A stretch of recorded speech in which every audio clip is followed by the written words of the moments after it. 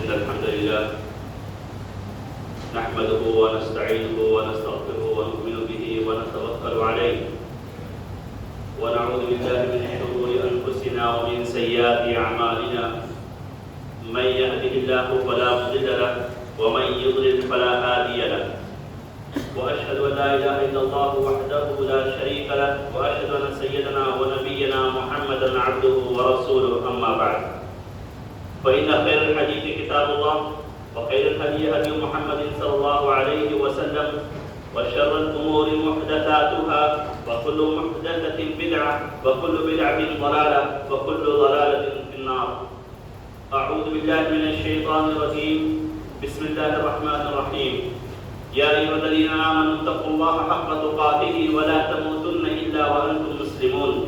يا أيها الناس اتقوا ربكم الذي خلقكم من نفس واحدة وخلق منها زوجها وبث منهما رجالا كثيرا ونساء واتقوا الله الذي تساءلون به والأرحام إن الله كان عليكم رقيبا. يا أيها الذين آمنوا اتقوا الله وقولوا قولا سديدا يصلح لكم أعمالكم ويغفر لكم ذنوبكم ومن يطع الله ورسوله فقد فاز فوزا عظيما. وقال الله عز وجل في موضع آخر في كتابه المجيد: ولا تقتلوا أنفسكم إن الله كان بكم رحيما ومن يفعل ذلك عدوانا وظلما فسوف نصليه نارا وكان ذلك على الله يسيرا. وعن ثابت بن ضحاك رضي الله عنه قال: قال رسول الله صلى الله عليه وسلم: من قتل نفسه بشيء في الدنيا عذب به يوم القيامة. متفق عليه. حاضرین کرام، محترم بزرگوں، دوستوں اور بھائیوں، پردہ نشین مائیں اور بہنیں، سب سے پہلے تو تمام طرح کی تعریف، حمد و ثنا، بڑائی اور کبریائی اللہ رب العزت کے لائق اور زیبا ہے، جو سارے جہان کا خالق و مالک ہے، جو اپنے اقوال میں، اپنے افعال میں، اپنے کردار میں تنہا ہے، یکتا ہے، بے نظیر ہے، اس کا کوئی ساجی اور شریک نہیں، جس کے ہاتھ میں انسان کی زندگی اور موت ہے۔ بعدہ درود و سلام ہو تمام انبیاء اور رسول پر، بالخصوص ہمارے آخری نبی احمد مجتبیٰ محمد مصطفیٰ صلی اللہ علیہ وسلم پر، جنہیں اللہ رب العزت نے اس امت کا ہادی، قائد اور رہنما بنا کر مبعوث فرمایا۔ سامعین اکرام، اللہ رب العزت نے ہمیں بہت ساری نعمتوں سے نوازا ہے، اور اس نعمت کی اساس جو سب سے بڑی نعمت ہے اور بنیادی اہمیت رکھتی ہے وہ ہے زندگی، کہ اللہ رب العزت نے ہمیں یہ زندگی عطا کی۔ یہ زندگی اللہ رب العزت کی بہت بڑی نعمت اور امانت ہے، اور یہ اس لیے سب سے بڑی نعمت ہے کہ ساری نعمتوں کا دار و مدار اسی زندگی پر موقوف ہے۔ اگر آپ کے پاس زندگی ہے تو آپ دنیا کی دیگر نعمتوں سے آپ لطف اندوز ہو سکتے ہیں، لیکن اگر آپ کے پاس زندگی نہیں ہے، آپ مردہ ہیں، تو آپ پھر کس نعمت سے لطف اندوز ہو سکتے ہیں؟ اور یہ زندگی انسان کی اپنی تخلیق نہیں ہے، کسبی نہیں ہے، یعنی انسان نے اپنی زندگی خود نہیں بنائی، بلکہ اللہ رب العزت نے اسے عطا کی ہے۔ چنانچہ یہ زندگی جب اللہ رب العزت نے ہمیں عطا کی ہے تو اس کا ایک مقصد ہے اور اس کا ایک مشن ہے، بلکہ وہ لوگ جو پوری زندگی کو صرف کھلواڑ سمجھتے ہیں، لطف اندوزی کا ایک سامان سمجھتے ہیں، عیش و عشرت کا ایک ذریعہ سمجھتے ہیں، بے مقصد زندگی، لایعنی زندگی، ایسے لوگوں کے بارے میں اللہ رب العزت نے قرآن کریم میں ارشاد فرمایا: أَفَحَسِبْتُمْ أَنَّمَا خَلَقْنَاكُمْ عَبَثًا وَأَنَّكُمْ إِلَيْنَا لَا تُرْجَعُونَ، کہ کیا تم لوگوں نے یہ سمجھ رکھا ہے کہ یہ زندگی جو ہم نے تمہیں عطا کی ہے صرف کھیل کود کے لیے، موج مستی کے لیے، انجوائمنٹ کے لیے، اس کا کوئی مقصد نہیں ہے، اس کا کوئی ہدف نہیں ہے، بلکہ اسلام نے تو ہمیں یہ کہا اور قرآن نے ہمیں یہ تلقین کی کہ یہ زندگی بامقصد ہے، اور اس مقصد مقصد کو تم کتنا پورا کر رہے ہو اس کے تعلق سے بھی باز پرس ہوگا. وَإِلَيْنَا تُرْجَعُونَ ہماری طرف ہی لوٹ کر کے آؤ گے. تو اس مقصد کے بارے میں تم سے سوال کیا جائے گا کہ یہ جان جو تم کو ہم نے عطا کی تھی، یہ زندگی جو ہم نے تم کو عطا کی تھی ایک مقصد کے تحت کی، تم نے اس مقصد کو پورا کیا کہ نہیں پورا کیا. لہذا زندگی کو کھلواڑ سمجھنا، اپنی جان کو کوئی اہمیت نہ دینا، یہ بہت بڑی بیوقوفی ہے اور نااندیشی ہے. بلکہ اس کے تحفظ کی خاطر ہی اسلام نے جا بجا تلقین کی ہے کہ اگر یہ جسم بیمار پڑ جاتا ہے تو اسے تمہیں چھوڑنا نہیں ہے، بلکہ فوراً اس کے علاج و معالجے کے پیچھے بھاگو، دوڑو، محنت کرو. اور اس کے تحفظ کی خاطر اس سے بڑی اور کیا چیز ہو سکتی ہے کہ اسلام کی نظر میں جو چیزیں حرام ہیں، اسلام کی تعلیمات کے مطابق جن چیزوں کا کھانا پینا استعمال کرنا حرام ہے، اگر زندگی کے تحفظ اور جان کے تحفظ کی بات آتی ہے، اس کے حفاظت کی بات آتی ہے، تو اس حرام چیز کو بھی حلال قرار دے دیا گیا کہ بقدر ضرورت تم حلال چیز، اس حرام چیز کو بھی جو ہے حلال سمجھتے ہوئے کھا سکتے ہو، یا یہ سمجھتے ہوئے کہ ہاں اس ضرورت کے تحت ہمیں حلال قرار دیا گیا تو تم اس کا استعمال کر سکتے ہو. حرمت علیکم المیتہ والدم ولحم الخنزیر وما اہل به لغیر اللہ. پھر چاہے وہ مردار جانور ہو، سور کا گوشت ہو، یا غیر اللہ کے نام پر ذبح کی ہوئی چیز ہو، یہ ساری چیزیں اسلام کی نظر میں حرام، اس کا کھانا حرام، اس کے استعمال کرنا حرام. لیکن جب نوبت ایسی آ جائے کہ اب جان جانے کا خطرہ ہو گیا، فقر و فاقہ ہو یا مالی تندرستی ہو یا کوئی اور وجہ ہو، یہ خطرہ محسوس ہو کہ اگر اس کا استعمال نہیں کیا تو ہماری جان چلی جائے گی، تو اسلام نے کہا کہ بقدر ضرورت تم اس کا استعمال کر سکتے ہو، گرچہ یہ حرام. وَمَنِ اضْطُرَّ غَيْرَ بَاغٍ وَلَا عَادٍ فَلَا إِثْمَ عَلَيْهِ. اس وقت گناہ نہیں ہوگا اگر بقدر ضرورت سے استعمال کر لیا گیا. یہ کس لیے؟ یہ اس لیے ہے کہ اسلام کی نظر میں جان کی بڑی اہمیت ہے. اسی لیے اسلام نے کہا وَلَا تُلْقُوا بِأَيْدِيكُمْ إِلَى التَّهْلُكَةِ کہ اپنے آپ کو قطعاً ہلاکت میں مت ڈالو، کوئی ایسا اقدام مت کرو جس کی وجہ سے تمہاری جان جانے کا خطرہ ہو. تو جان کا تحفظ تو ہے ہی، ساتھ ہی ساتھ ایسے اقدامات کو بھی جو جان لے جانے کی طرف، یعنی جان چلے جائے جس سے اس کو بھی حرام قرار دیا گیا، جس سے مثال پر سگریٹ ہے، بیڑی ہے، تمباکو ہے، گٹکا ہے، یا اسی طریقے کی اور بھی چیزیں. حتیٰ کہ علماء نے کہا کہ اگر کوئی زیادہ رفتار سے گاڑی چلاتا ہے جہاں پر جان جانے کا خدشہ ہے تو وہ بھی حرام ہے. یعنی ایک مخصوص لیمٹ کے ساتھ میں اگر کوئی گاڑی چلاتا ہے سیف ہے، لیکن اگر کوئی 200 کی سپیڈ چلا رہا ہے، 250 کی سپیڈ چلا رہا ہے اور جان جانے کا خطرہ ہوتا ہے، بالکل جان جانے کا خطرہ ہوتا ہے. یا اسی طریقے سے آج کل کی جو نوجوان نسل ہے جو بلی مارتی ہے بائک پہ، جو بلی مار کے بائک کو لٹاتے ہیں، گراتے ہیں، کٹ مارتے ہیں، یہ ساری چیزیں اسلام کی نظر میں حرام ہے. اور اس لیے حرام ہے کہ اس سے جان جانے کا خطرہ ہے. تو جان کے تحفظ پر اسلام نے اس قدر زور دیا ہے. لیکن نہایت ہی افسوس کے ساتھ میں یہ کہنا پڑتا ہے کہ آج کی نوجوان نسل شاید اس چیز کو نہیں سمجھتی ہے، نہیں جانتی ہے، اور ذرا سی مصیبت اور پریشانی اگر سر آ کر کے گھیرتی ہے تو فوراً ایک اقدام کرتے ہیں، ایک قدم اٹھا لیتے ہیں جسے ہم خودکشی کہتے ہیں، یا آتم ہتیا یا سوسائڈ اٹیمپٹ کرنا. خودکشی کرنا اسلام کی نظر میں اتنا بڑا جرم ہے، اتنا بڑا جرم ہے کہ حقیقت یہ ہے کہ اگر آپ جان لے اور خودکشی کرنے والا جان لے تو دہل جائے گی. اتنا خوفناک عذاب ہے، اتنا خوفناک جرم ہے اسلام کی نظر میں خودکشی کرنا. لیکن نہایت ہی افسوس کے ساتھ یہ کہنا پڑتا ہے کہ غیر مسلموں میں تو یہ رجحان ہے ہی جو بڑی تیزی سے بڑھ رہا ہے، بلکہ مسلمانوں میں بھی جو اللہ کی رحمت و جلالت پر یقین رکھتے ہیں، اللہ کی وحدانیت پر یقین رکھتے ہیں، ان کے اندر بھی یہ چیز یہ جذبہ سرایت کرتے جا رہا ہے کہ ذرا سی پریشانی آئی سوسائڈ کر لیا، خودکشی کر لیا. یعنی مسلمانوں میں تو یہ چیز قطعاً ہونی ہی نہیں چاہیے کہ یہ رجحان بڑھتا چلا جائے. آنکڑے جو بتا رپورٹ کے مطابق یعنی نیشنل کرائم ریکارڈ کے مطابق خود ہندوستان میں آپ پچھلے چند سالوں کے آنکڑے دیکھیے تو خودکشی کے بڑھتا ہوا رجحان حقیقت میں نہایت سنگین اور خوفناک.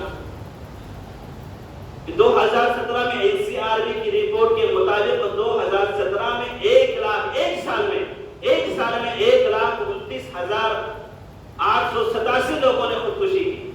وہی آنکڑا وہی تعداد وہی اعداد و شمار بڑھ کر کے 2018 میں 1,34,000 سے بڑھ کر کے 1,34,516 پہنچ گئی.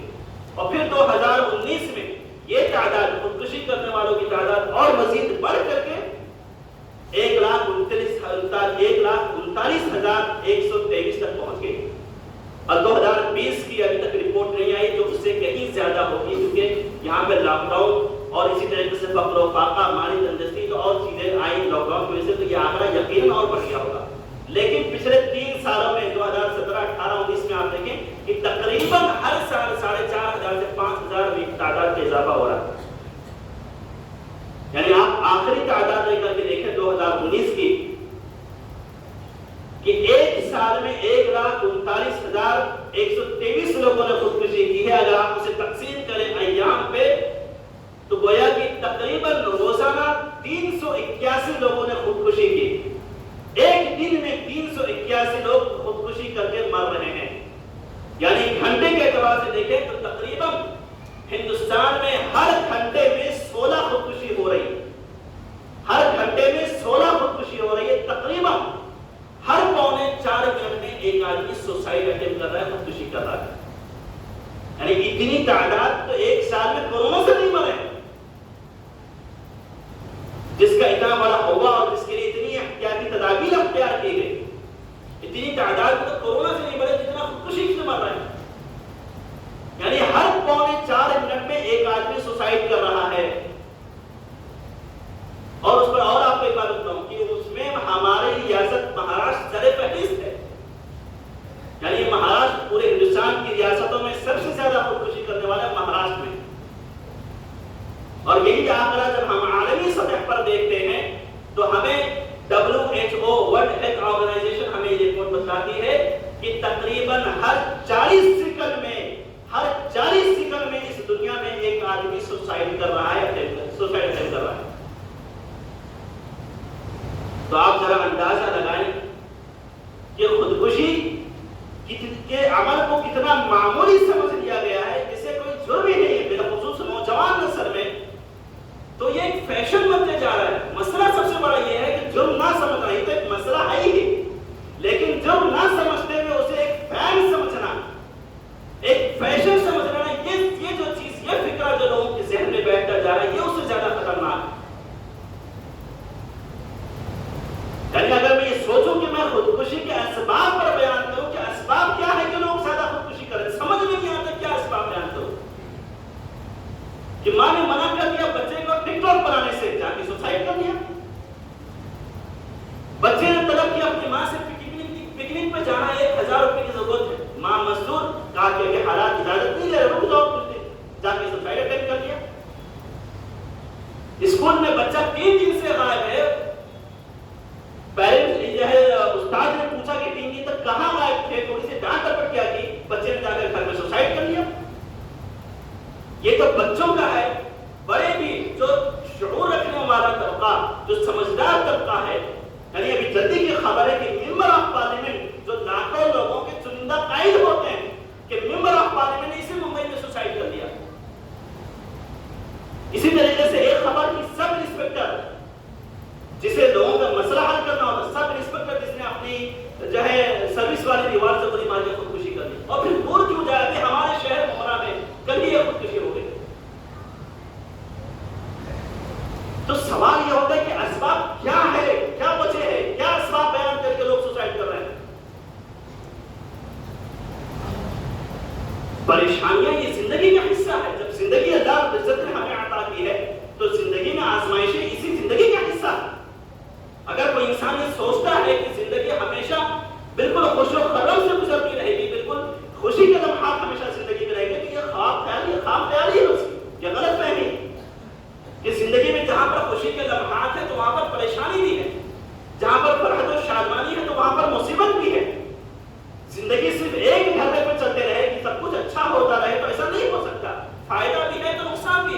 اسی زندگی کا حصہ ہے.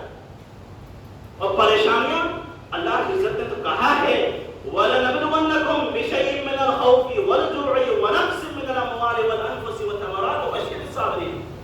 کیا آزمائشیں تو آنی ہیں، ہم تمہیں ضرور آزمائیں گے. وَلَنَبْلُوَنَّكُمْ بِشَيْءٍ مِّنَ الْخَوْفِ، ہم تمہیں ضرور آزمائیں گے. اور پھر یہ آزمائشیں مختلف ہو سکتی ہیں، مالی بھی ہو سکتی ہے، بدنی بھی ہو سکتی ہے، بیماری لاحق ہو گئی، کاروبار میں نقصان ہو گیا، یا ڈپریشن کا شکار ہو گیا، ٹینشن ہو گئی. یہ ساری چیزیں آزمائش ہے اور آزمائش کا حصہ ہے.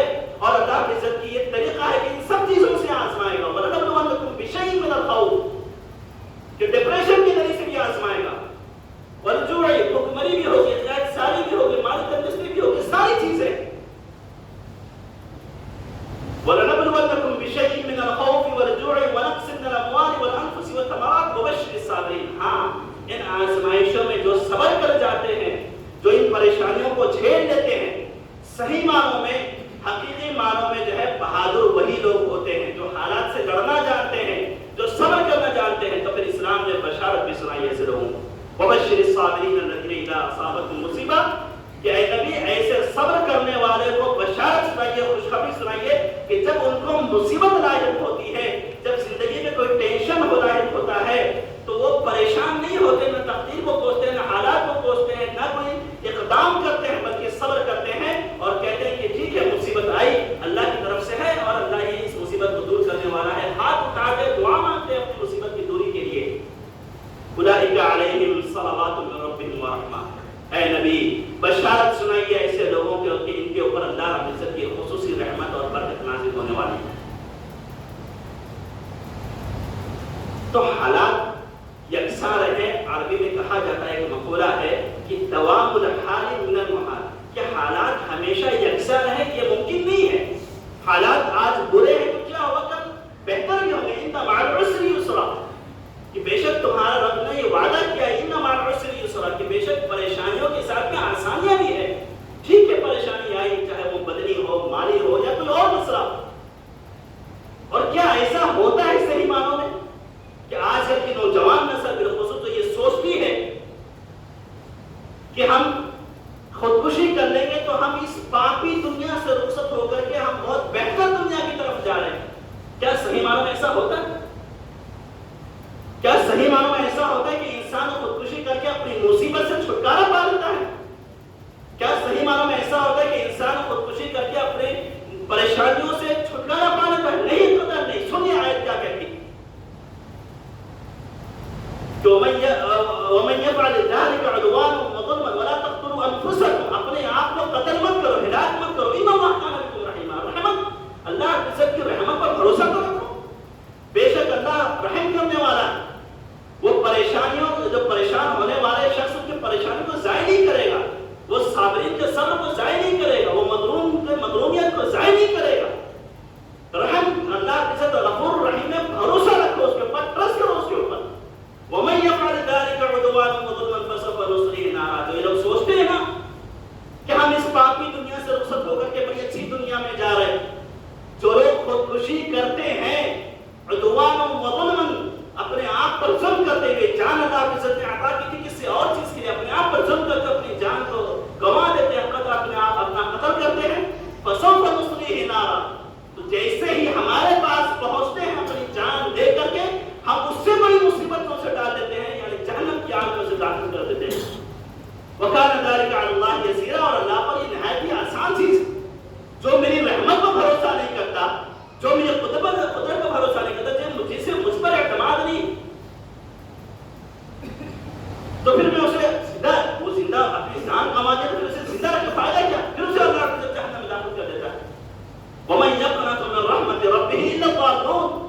حقیقت یہ ہے کہ رب کی رحمت سے وہ لوگ مایوس ہوتے ہیں جو گمراہ ہوتے ہیں. تو رب کی رحمت سے مایوسی یہ جو ہے کافروں کی علامت ہے.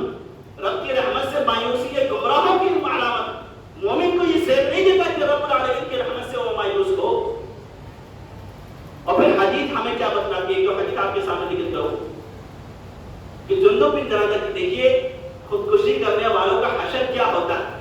جندب بن جنادہ کہتے ہیں کہ اللہ کے رسول صلی اللہ علیہ وسلم نے ہمیں بتایا کہ تم سے سے پہلی امت میں ایک آدمی تھا جسے کچھ زخم لاحق ہوا، کوئی جسمانی بیماری، کوئی پریشانی لاحق ہوئی، تو اس نے کیا کیا، اس بیماری کو وہ صبر نہیں کر سکا اور اپنے ہاتھ کی رگوں کو کاٹ لیا، اور جب کاٹا تو اتنا خون بہا کہ اس کی جان چلی گئی۔ رب العالمین کے دربار میں جیسا پہنچتا ہے، رب العالمین کہتا ہے بادرنی عبدی بنفسہ حرمت علیہ الجنہ، میرے بندے نے میرے پاس آنے میں جلدی کی، میں نے جنت کو اس پر حرام قرار دے دیا۔ یہ ہے خودکشی کا انجام کہ انسان یہ سوچتا ہے کہ ایک مصیبت سے نکل کر کے میں راحت میں پہنچوں گا، نہیں، بلکہ ایک مصیبت سے نکل کر کے، چھوٹی مصیبت سے نکل کر کے اس سے بڑی مصیبت میں وہ چلا جاتا ہے، داخل ہو جاتا ہے۔ سارے کے ساتھ سعدی فرماتے ہیں کہ ایک غزوے میں، ایک جنگ میں، ایک صحابی جو اللہ کے رسول صلی اللہ علیہ وسلم کی معیت میں جنگ لڑ رہے تھے، جس طرف بھی رخ کرتے تھے، عالم یہ تھا ان کی بہادری کا کہ جس طرف بھی رخ کرتے تھے اپنے سامنے آنے والے کافروں کو قتل کرتے چلے جاتے، بڑی بہادری سے لڑے، بڑی بامردی سے لڑے، بڑی جوامردی سے انہوں نے مقابلہ کیا۔ جس طرف بھی جاتے صفے کے صفے الٹ دیتے، جو سامنے آتا اس کو قتل کر دیتے، بڑی بہادری کے ساتھ میں لڑے۔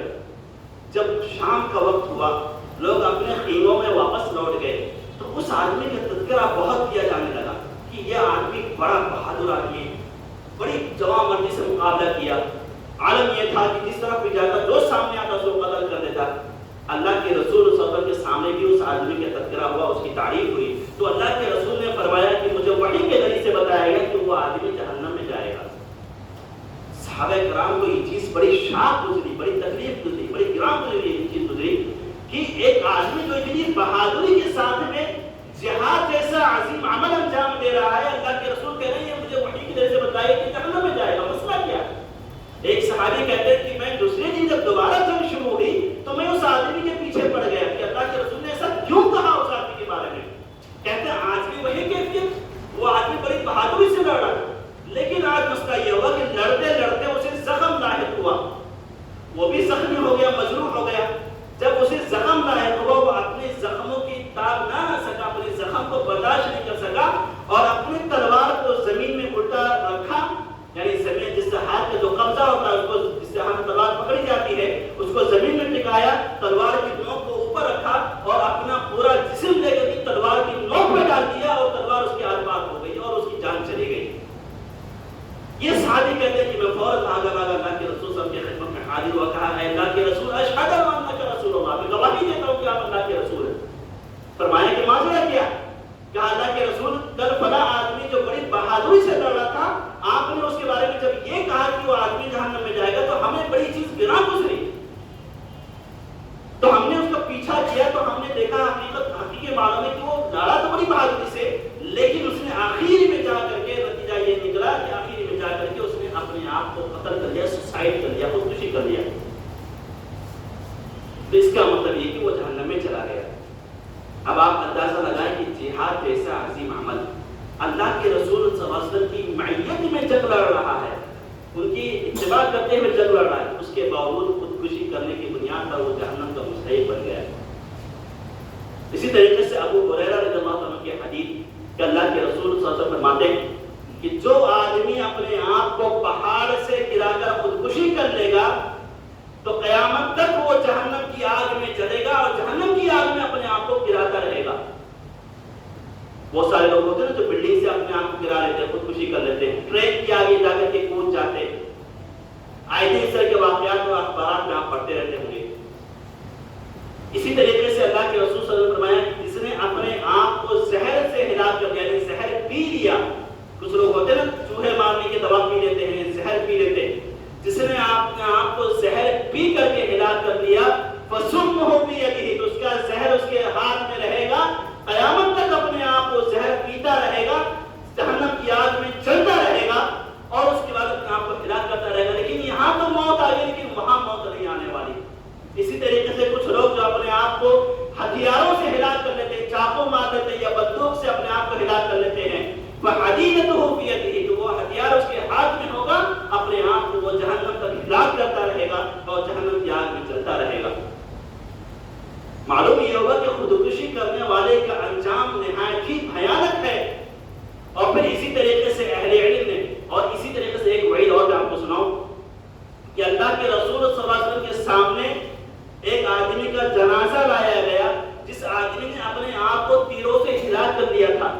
اللہ کے رسول صلی اللہ علیہ وسلم نے اس کی نماز جنازہ ادا نہیں کی. اس کی جس نے خودکشی کر لیا، حالانکہ اللہ کے رسول صلی اللہ علیہ وسلم کی نماز جنازہ پڑھنا اس کے لیے مغفرت کا سبب بنتا، رحمت کا سبب بنتا، اس کے عذاب میں تخفیف کا سبب بنتا، لیکن اس کے باوجود اللہ کے رسول صلی اللہ علیہ وسلم نے اس آدمی کی نماز جنازہ نہیں ادا کی، اس لیے کہ اس آدمی نے خودکشی کر لیا تھا.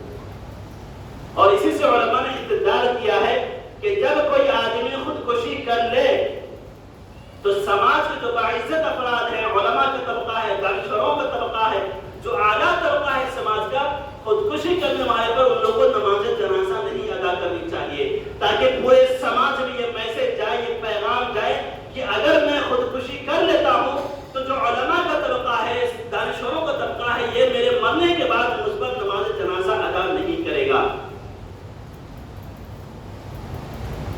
تو آپ اندازہ لگائیں کہ خودکشی کتنا بڑا جرم ہے.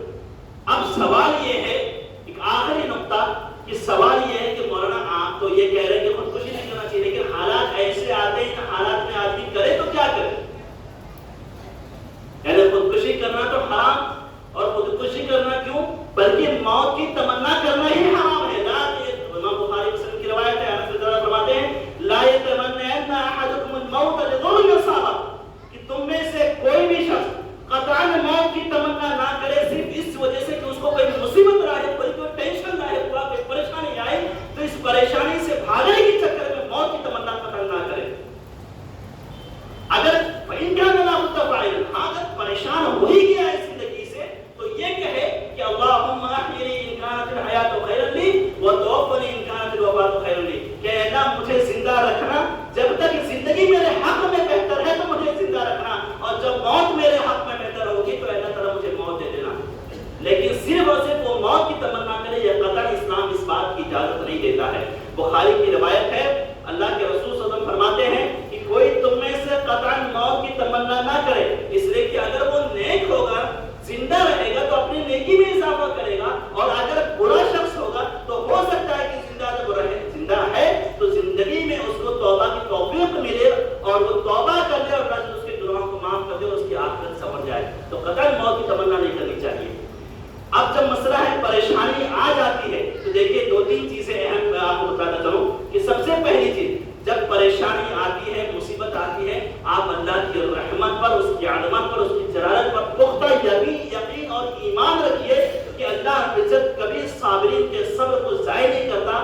یہ پریشانیاں وہی دیتا ہے، اس پریشانیوں کا حل بھی وہی دیتا ہے. اللہ کی رحمت پر آپ بھروسہ رکھیں. وَمَن يَقْنَطُ مِن رَحْمَةِ رَبِّهِ إِلَّا الضَّالُونَ وَلَا تَيْأَسُوا مِن رَوْحِ اللَّهِ. کئی آیتیں ہیں تو اس بات کی دان ہے کہ اللہ کی رحمت سے کبھی بھی انسان کو مایوس نہیں ہونا چاہیے. ہر پریشانیوں کے ساتھ میں آسانیاں بھی ہے. گھر سے پریشانی آتی ہے کوئی مسئلہ نہیں، سَيُهْزَمُ الْجَمْعُ وَيُوَلُّونَ الدُّبُرَ. آپ یقین جانیے سَيُهْزَمُ الْجَمْعُ وَيُوَلُّونَ الدُّبُرَ، یہ آیت نازل ہوئی مسلمانوں کے لیے کہ عنقریب کافر شکست کھائیں گے اور مسلمانوں کو فتح حاصل ہوگی. آپ جانتے ہیں، جو عربی جانتے ہیں وہ سمجھتے ہوں گے کہ سین کا جو لفظ آتا ہے یہ مستقبل قریب کے لیے آتا ہے، یعنی پریشانی آ رہی ہے مسلمان پر، پس رہے مکہ میں مسلمان پریشان ہے، گھر بار ہر چیز سے پریشان ہے. اللہ رب العزت تسلی دیتے ہوئے کہہ رہا ہے کہ سَيُهْزَمُ الْجَمْعُ وَيُوَلُّونَ الدُّبُرَ، عنقریب کے لوگ شکست کھا جائیں گے. آپ جانیں کہ سین مستقبل قریب کے لیے آتا ہے، لیکن مسلمانوں کی پریشانی اور مسلمانوں کی آسانی اس آیت کے نازل ہونے کے بعد کتنا عرصہ گزرا تھا؟ 7 سال کا عرصہ تھا. 7 سال کا عرصہ، یعنی کہ جب پریشانی نازل ہوئی، قرآن لکھا ہے صحیح سمجھ جائے، قریب شکست کھا جائے گی، قریب ہے مسلمانوں کو فتح حاصل ہو جائے گی. یہ 2 دن 4 دن 2 ہفتے کا مسئلہ نہیں، 7 سال تک لوگوں نے انتظار کیا. تب وہ دن بھی آیا کہ جب مسلمان فاتح بن کر کے مکہ میں داخل ہوئے. اسی طریقے سے تقدیر پر ایمان رکھیے. دیکھیے مصیبت اللہ رب العزت، تقدیر پر ایمان ثابت کب ہوتا ہے؟ ہم یہ کہیں جب سب کچھ اچھا چلتا رہے اور ہم یہ کہیں تقدیر پر ایمان ہے، تقدیر پر ایمان ہے، تو تقدیر پر ایمان اس وقت ثابت نہیں ہوتا. تقدیر پر ایمان اس وقت ثابت ہوتا ہے کہ جب حالات اچھے ہوں تو بھی آپ کہیں کہ ٹھیک ہے یہ میرے مقدر میں لکھا تھا، لیکن جب حالات برے ہو جائیں، سخت ہو جائے، پریشانی آ جائے، مصیبت آ جائے، تب بھی آپ یہ کہیں کہ ہاں یہ میرے مقدر میں لکھا تھا، تو واقع ہوا اور انشاءاللہ اللہ سے دور کرے گا. تقدیر پر الایمان بالقدر خیرہ و شرہ، ایمان کے جو اجزاء ہیں، ایمان کے جو ارکان ہیں، اس میں سے یہ ہے کہ تقدیر کے اچھے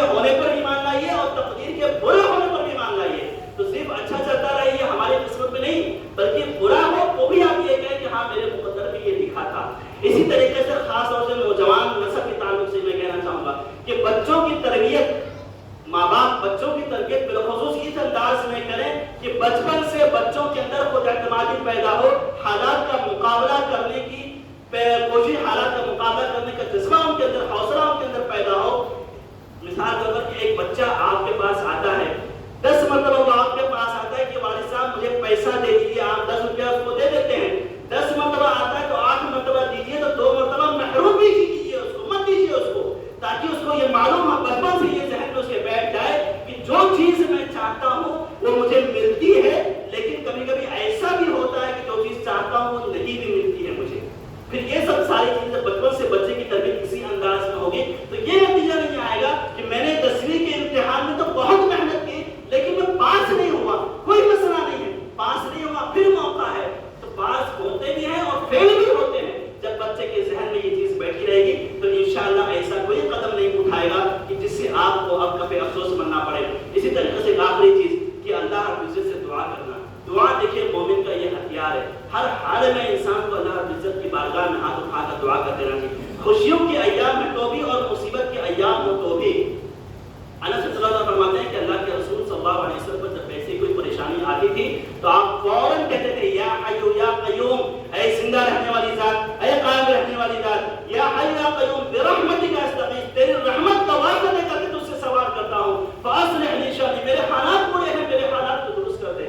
یا حی یا قیوم برحمتک استغیث فاصلح لی شأنی کلہ ولا تکلنی الی نفسی طرفۃ عین، اے میرے رب مجھے میرے حوالے مت کر، میں تجھ سے ہاتھ اٹھا کر کے تیری رحمت کا واسطہ دے کر کے سوال کرتا ہوں، اے اللہ میری مصیبت کو دور کر دے۔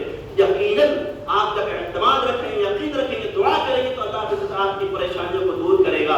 ابو امامہ کہتے ہیں اللہ کے رسول ایک مرتبہ مسجد نبوی میں داخل ہوئے تو آپ نے دیکھا کہ ابو امامہ بڑے ٹینشن میں بیٹھے ہوئے۔ کہا ابو امامہ مسئلہ کیا ہے، ماجرا کیا ہے؟ کہتے ہیں کہ اللہ کے رسول بہت سارا قرض لے لیا ہوں، بڑے ٹینشن میں مبتلا ہوں۔ یہ بھی ایک مسئلہ ہے، بہت سارا قرض لیتے ہیں اور قرض کی ادائیگی جب نہیں کر پاتے خودکشی کر لیتے ہیں۔ تو اے اللہ کے رسول بہت سارا قرض میرے اوپر چڑھ گیا ہے، ادائیگی نہیں کر پا رہا ہوں۔ تو اللہ کے رسول کہتے ہیں کہ اے ابو امامہ کیا میں تمہیں کوئی ایسے کلمات نہ سکھاؤں جس سے تمہارے قرض کی ادائیگی بھی ہو جائے اور تمہارے ہموم و غموم بھی دور ہو جائیں؟ کہا کیوں نہیں اللہ کے رسول؟ آپ نے فرمایا کہ تم صبح ہو یا شام کے وقت، یعنی صبح کے وقت شام کے وقت تم یہ دعا ضرور پڑھتے رہو کہ اللہم انی اعوذ بک من الہم والحزن والعجز والکسل والبخل والجبن واعوذ بک من غلبۃ الدین وقہر الرجال، کہ اللہ میں تیری پناہ مانگتا ہوں قرض کے بڑھاوے سے، اضافے سے اور آدمیوں کے مسلط ہونے سے۔ یہ دعا ابو ماں کہتے ہیں کہ میں یہ دعا بار بار دہراتا رہا اللہ کے رسول کے ارشاد کے مطابق، تو میرے ہموم و غموم بھی دور ہو گئے اور میرے قرض کی ادائیگی بھی ہو گئی، مسئلہ بھی حل ہو گیا۔ تو ہاتھ اٹھا کر کے دعا مانگے کہ اللہ رب العزت ہماری پریشانیوں کو دور کرے، تو یقیناً اللہ رب العزت جو پریشانیاں، دیکھیں پریشانیاں زندگی کا حصہ ہے، یہ پریشانی جب تک آپ رہیں گے، آپ یہ مت جب تک آپ ہیں تب تک ٹینشن لگے رہے گا۔ سکون تو اسی وقت ہوگا جب آپ پتہ کی اطاعت کی زندگی گزارے اور قبر پہ پہنچے، پھر قبر آپ کی کشادہ ہو جائے، تب جا کر کے آپ کو سکون ملے گا۔ ورنہ آزمائشیں سب سے زیادہ، آپ یہ بھی قدر نہ سوچیں کہ میں نیک ہوں تو میرے اوپر آزمائشیں کیوں آتی؟